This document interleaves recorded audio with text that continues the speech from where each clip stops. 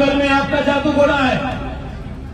जब जादू घोड़ा की कहानी, जादू घोड़ा के किस्से दुनिया के सामने आते हैं तो लोगों के रोंगटे खड़े हो जाते हैं। मुख्यमंत्री जी उतना छोड़िए, आप बरहेट विधानसभा के बारे में चर्चा करें, सबके सामने रखिए कि आदिवासी गांव में शिक्षा की क्या व्यवस्था है। जो राज्य 75 से 80 प्रकार का मिनरल्स देता है, जो देश की मिनरल्स का 40% अकेले देता है, इस राज्य की ये दुर्दशा, ये चिंता का विषय। इसलिए अब इस राज्य को या तो व्यवस्था बदलना होगा या तो नया उलगुलान करना। ऐसे ये राज्य नहीं। झारखंड की जमीन सोना उगलती है, तभी तो न केवल राज्य में रहने वाली गैर आदिवासी बल्कि बाहरी दूसरे राज्यों के भी बड़े बड़े उद्योगपतियों की नजर झारखंड की जमीन पर होती है। और झारखंडी, जिसमें आदिवासी मूलवासी दोनों शामिल हैं, वो इस धरती को, इस जमीन के टुकड़े को मां के बराबर का दर्जा देते हैं। नमस्कार, जोहार, एचएनएन देख रहे हैं, मैं हूं निशा मिश्रा आपके साथ में। देखिए, लगातार आदिवासियों की जमीनों को अतिग्रहण किया जा रहा है, अतिक्रमण किया जा रहा है और कब्जाया भी जा रहा है। चाहे बड़ी बड़ी इंडस्ट्रीज के नाम पर सरकार उन्हें लीज पर दे दे या फिर संस्थान बनाने के नाम पर आदिवासियों की जमीन को अधिग्रहण कर लिया जाए। आदिवासियों की अपनी जमीन पर ही कोई चलती नहीं है, बस नहीं है।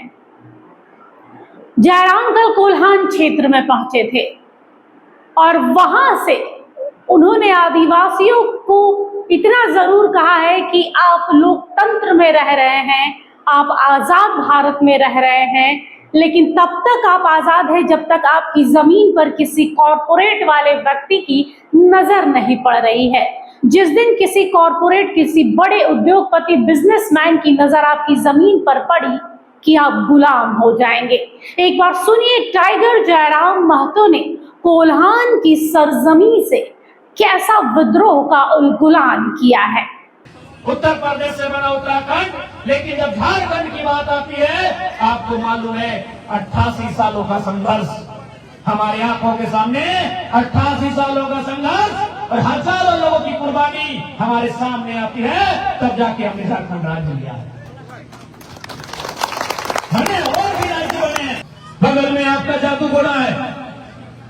जब जादू घोड़ा की कहानी, जादू घोड़ा के किस्से दुनिया के सामने आते हैं तो लोगों के रोंगटे खड़े हो जाते हैं। मुख्यमंत्री जी उतना छोड़िए, आप बरहेट विधानसभा के बारे में चर्चा करें, जहां से आप प्रतिनिधित्व करते हैं और मुख्यमंत्री बनते हैं। आप उन्हीं की चर्चा कीजिए, आप उन्हीं की चिंता करिए और डेटा सबके सामने रखिए कि आदिवासी गांव में शिक्षा की क्या व्यवस्था है, उन आदिवासी गांव में स्वास्थ्य की क्या व्यवस्था है, उन आदिवासी नौजवानों के पास रोजगार की क्या व्यवस्था है।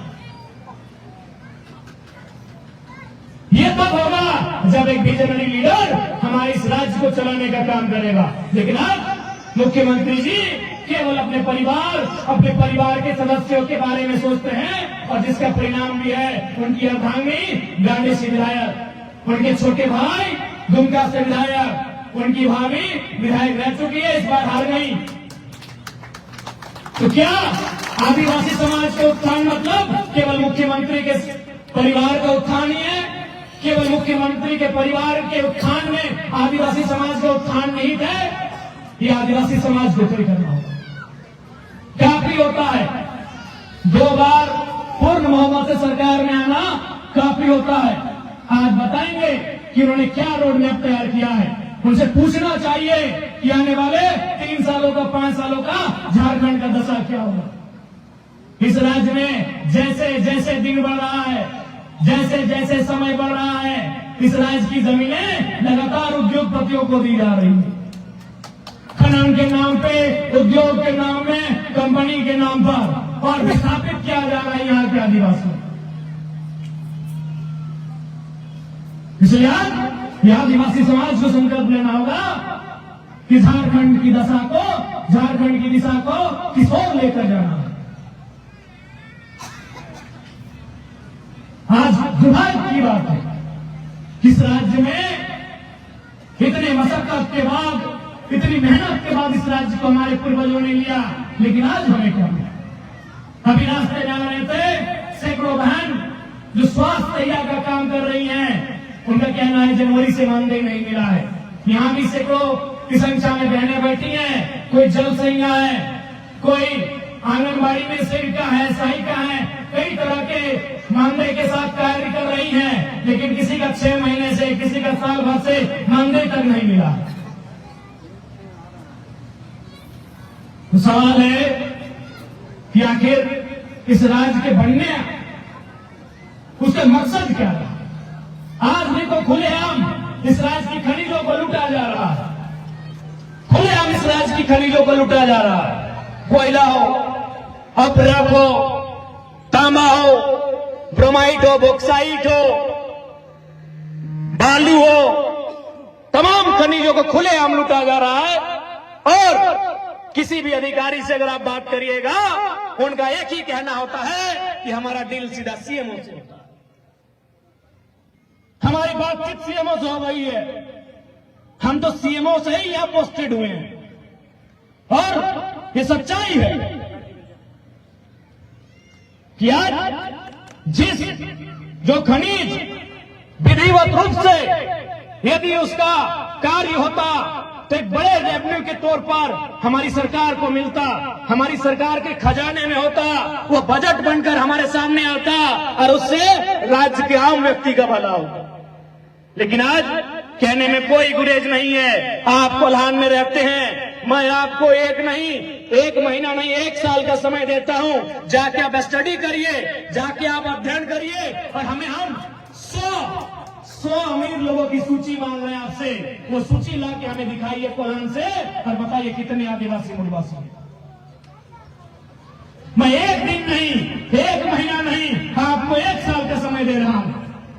जाइए आप तमाम स्रोतों के माध्यम से इंफॉर्मेशन निकालिए, डेटा कलेक्ट कीजिए और हमें आकर बताइए कि 100 अमीर लोग कोल्हान, मैं झारखंड की बात नहीं कर रहा हूं, केवल कोल्हान के 3 जिलों की बात कर रहा हूं, बताइए 100 अमीर लोगों में कितने झारखंड के आदिवासी?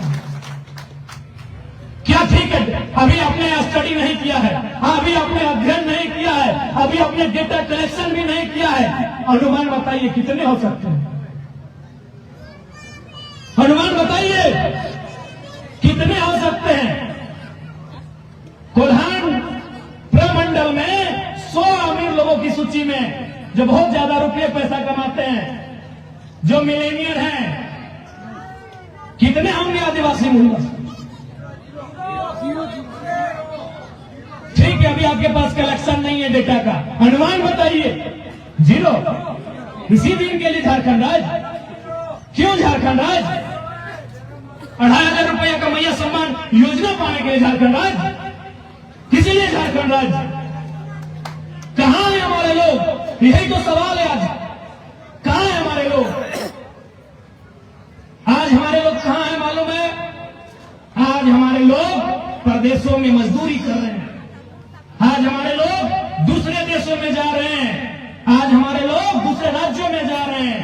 और हमारे घर के भाइयों की तो छोड़िए, हमारे भाइयों की तो छोड़िए, वो तो गुजरात, महाराष्ट्र, केरल, हैदराबाद, चंडीगढ़, वो तो जा ही रहे हैं। हमारी घर की बहनें शर्मसार करने वाली बात कह रहा हूं, हमारी घर की बहनें लगभग 75,000 से ज्यादा दिल्ली महानगर में, मुंबई महानगर में, बड़े बड़े महानगरों में दासी और दाई का काम करती है।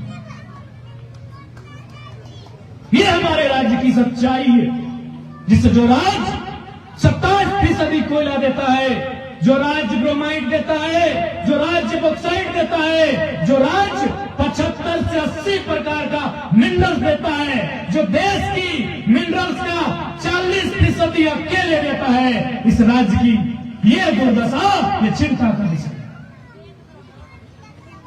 इसलिए अब इस राज्य को या तो व्यवस्था बदलना होगा या तो नया उलगुलान करना होगा। ऐसे ये राज्य नहीं सुधरेगा, या तो व्यवस्था, सत्ता नहीं व्यवस्था बदलना होगा। और व्यवस्था तब बदलेगी जब नई सोच के साथ, झारखंड की सोच के साथ नए युवा विधानसभा में जाएंगे, लोकसभा में जाएंगे, राज्यसभा में जाएंगे, तब व्यवस्था बदलेगी।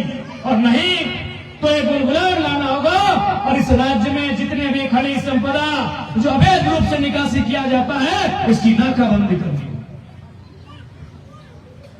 आज बताइए, इसी कोल्हान में 5 छोटे छोटे बच्चों को HIV का खून चढ़ा दिया गया। पहले तो हम प्रार्थना करते हैं कि बच्चे ठीक हों। बताइए कितनी शर्मसार करने वाली घटना थी। झारखंड में झारखंडियों को क्या मिल रहा है? बच्चों को HIV का खून चढ़ाया जा रहा है। ये इस झारखंड राज्य की सच्चाई। इसलिए अपनी आंखों से पर्दों को हटाना होगा। ये राज्य हमें खैरात में नहीं मिला है, ये राज्य हमें उपहार में नहीं मिला है, ये राज्य हमें संघर्ष के बाद मिला है, ये राज्य हमें लहूलुहान होने के बाद मिला है। हम लहूलुहान हुए हैं तब जाके ये राज्य मिला है। अमानवीय तरीके साथ हमारे साथ दुर्व्यवहार किया गया है।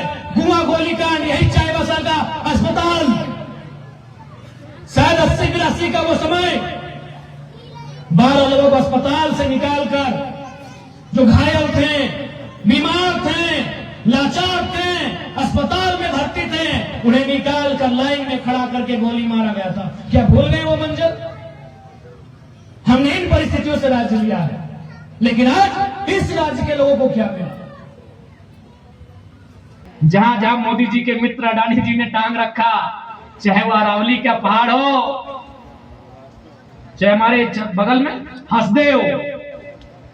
हंसदेव का जंगल हो, मिल गया उनको। इसीलिए मैंने कहा आजाद हैं आप सभी आजाद हैं, आप सभी इंडिपेंडेंट हैं, आप सभी डेमोक्रेटिक भी हैं, लेकिन कब तक? जब तक उनकी नजर आपकी जमीन पर नहीं पड़ेगी, जब तक ये सर्वे नहीं हुआ है कि आपकी जमीन के नीचे कोई खनिज संपदा है।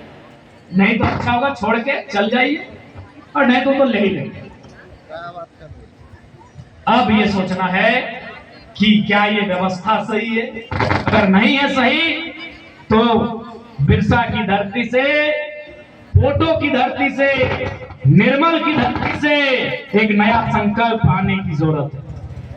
अगर आपको लगता है ये गलत है हमारे साथ, यदि आपको लगता है ये गलत हो रहा है हमारे साथ, तो केवल भगवान बिरसा मुंडा को माला नहीं चढ़ाना है, वो संकल्प भी लेना होगा जिस संकल्प के साथ उन्होंने अंग्रेजों के दांत खट्टे किए थे।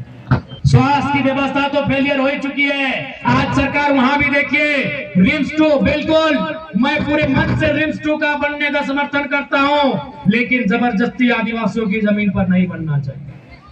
नगड़ी के आदिवासी लगातार आंदोलन कर रहे हैं। सुनाइए, इस झारखंड की धरती में कई बंजर जगह है, कई सरकारी जमीनें हैं, अपनाइए और जितना जल्दी हो सके उतना जल्दी बनाइए। मुझे इंस्पेक्टर साहब से बस कैमरा मत घुमाइएगा, बेचारा सरकार देख लेगा फोटो है। जितने पुलिस के जवान हैं, टोपी वाले भैया, उनसे भी पूछिए, कई महीनों से वेतन नहीं मिला है। ये लोग हमारे पास आते हैं कि विधायक जी हमारा सवाल उठाइए, हमने उठा भी दिया था इनका सवाल। वेतन भत्ता, आर्मर भत्ता, 12-13 भत्ता इनका था, विधानसभा में उठाए, वर्दी भत्ता, सब भत्ता इन लोग का उठाए विधानसभा में। पूछिए, इन लोग से पूछिए। तो हमें लगता है अब कुछ दिनों में भैया सम्मान योजना का भी भ्रम टूटेगा, क्योंकि आज कई विभाग के कर्मचारियों को पिछले कई महीनों से वेतन नहीं मिल पाया। तो बजट कहां से आएगा? राजस्व से आएगा। राजस्व को पहले जमा करेंगे तब तो बजट बनाएंगे उसका। अब जहां से हमको राजस्व आना है वहां तो चोरी हो रहा है, बालू तो सरेआम लुटा जा रहा है। बालू में पैसा किनको जा रहा है? प्रभारी को जा रहा है, एसडीपीओ को जा रहा है, सीओ को जा रहा है, डीएमओ को जा रहा है, डीटीओ को जा रहा है, और लास्ट में सीएमओ को जा रहा है। जो पैसा खजाने में आना चाहिए था, जिसका राजस्व राज्य सरकार के खजाने में आना चाहिए था, वो तो अपने लुटने का छूट दे दिया। सरकार के खजाना में जो पैसा जाएगा वो किसका होगा? जनता का। लेकिन अगर वो खजाना में नहीं जा रहा है तो कहां जा रहा है? सीधा नेताओं के जेब में जा रहा है। सिंपल सा लॉजिक है, सीधा उनके पास जा रहा है। अगर खजाने के माध्यम से, राजस्व के माध्यम से पैसा लेते तो उसको शिक्षा में खर्चा करना होता, स्वास्थ्य में खर्चा करना होता, वेतन देना पड़ता, पेंशन देना पड़ता, मानदेय देना पड़ता, सड़क बनाना पड़ता, पुल बनाना पड़ता। क्योंकि वो खजाना में गया है और खजाना का पैसा राज्य के 3.5 करोड़ जनता का है। तब उन्होंने क्या किया? खजाना में लेने का कोई जरूरत नहीं है, जनता तो ऐसे भी वोट दे ही देती है, डायरेक्ट लीजिए। हाँ, यही डायरेक्ट। कोयला का पैसा डायरेक्ट, बालू का पैसा डायरेक्ट, जितना पैसा है सब डायरेक्ट जा रहा है। देखिए, जयराम भी भली भांति जान गए हैं कि फिलहाल कौन सा मुद्दा गरमाया है। पूरे सोशल मीडिया पर अगर झारखंड को देखे ना तो सारे जगहों से किसी न किसी क्षेत्र से जमीन का विवाद सामने आ ही जाएगा।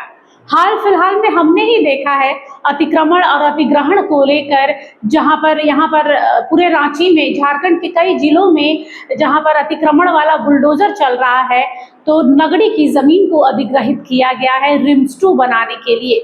दोनों जगहों पर जिनके घर टूट रहे हैं, जो भले सालों साल से रह रहे हैं, लेकिन अतिक्रमण बोलकर उनके घरों पर बुलडोजर चल रहा है, तो हाय तौबा मची है।